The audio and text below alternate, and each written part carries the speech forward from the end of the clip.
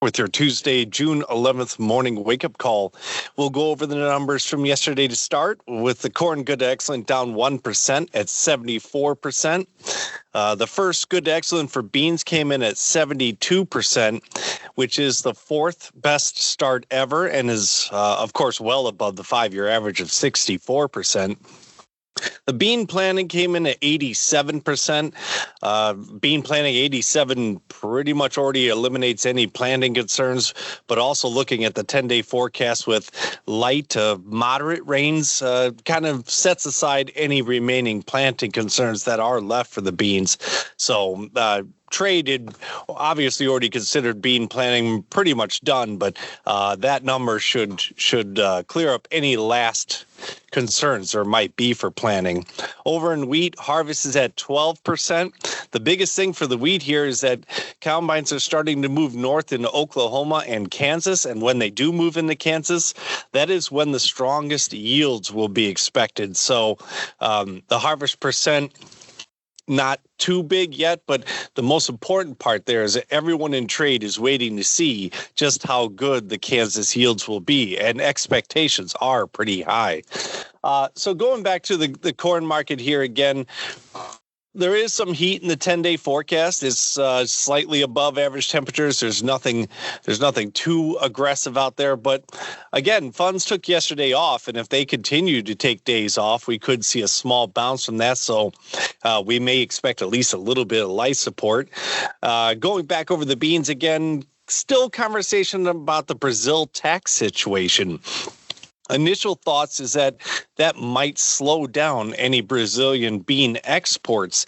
That is, again, still more questions than answers. We don't know that for sure. That is the current concern. So trade will be watching for 8 a.m. sales to see if we pick up any more sales to China like we did on Friday of last week when we sold 104,000 tons of beans to China.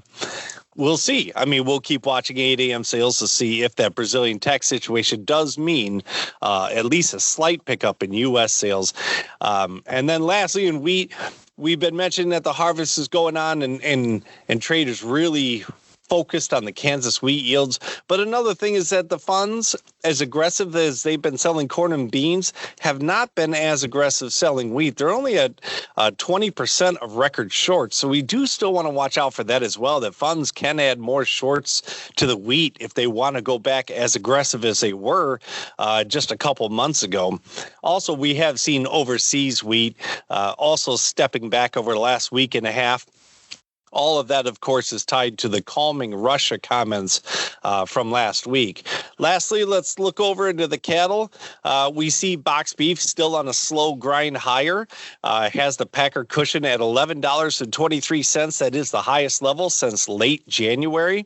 However, as much as that suggests Packers can pay up, we are looking at a show list of plus 25,000. So yes, $11 Packer cushion says that they can pay up for higher cash, but with that much of a higher show list, they may not need to this week. One other thing to mention in cattle from last week is that while conversation was all about sellers holding off, giving Packers a lower cash price, what we heard on Friday was slightly higher, yet the weekly average came in down $1.40. So it was a week where apparently trades were being made, but nobody mentioned much until you saw the higher trade. So that's common in cattle. We're used to hearing that if there's bad news, it travels slow. If there's good news, it travels quick. But just keep in mind that last week did see a lower cash trade by $1.40. So as long as the box beef keeps grinding higher,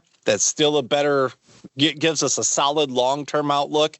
But just keep in mind when we hear cash trades this week, once again, we may only hear the better ones, and we'll want to see what next Monday's average cash trade suggests. So that's what we have here for today. If you have any questions, you can give me a call direct, 815-578-6159.